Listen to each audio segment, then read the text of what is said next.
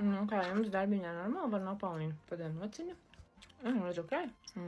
Un cik tas ok, apmēram uz rokas sanāk? Nav jau man darīšana. Es jau arī svešiem tā privātas lietas nestāstu. Nav tā kā mums bijušais. Aizbraucam vienreiz ceļojumā, uz Turciju. Vakariņu taidējam, apsēžamies, ko viņš pagriezis pilnīgi svešiem cilvēkiem, ko pasaka. Manā aizcietējums. Pamanīt kā, jā. Jo domājies, bet bija arī drausmīgākais. Es nezinu, es kā esmu ārpus mājas, un es nevaru to izdarīt.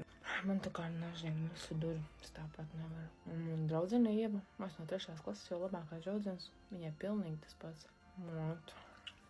Kā jums ceļojumos braukājat, ja? Otru rocī. Tā kā pa Latviju vairāk, vai kaut kur tā kā Balī un tā.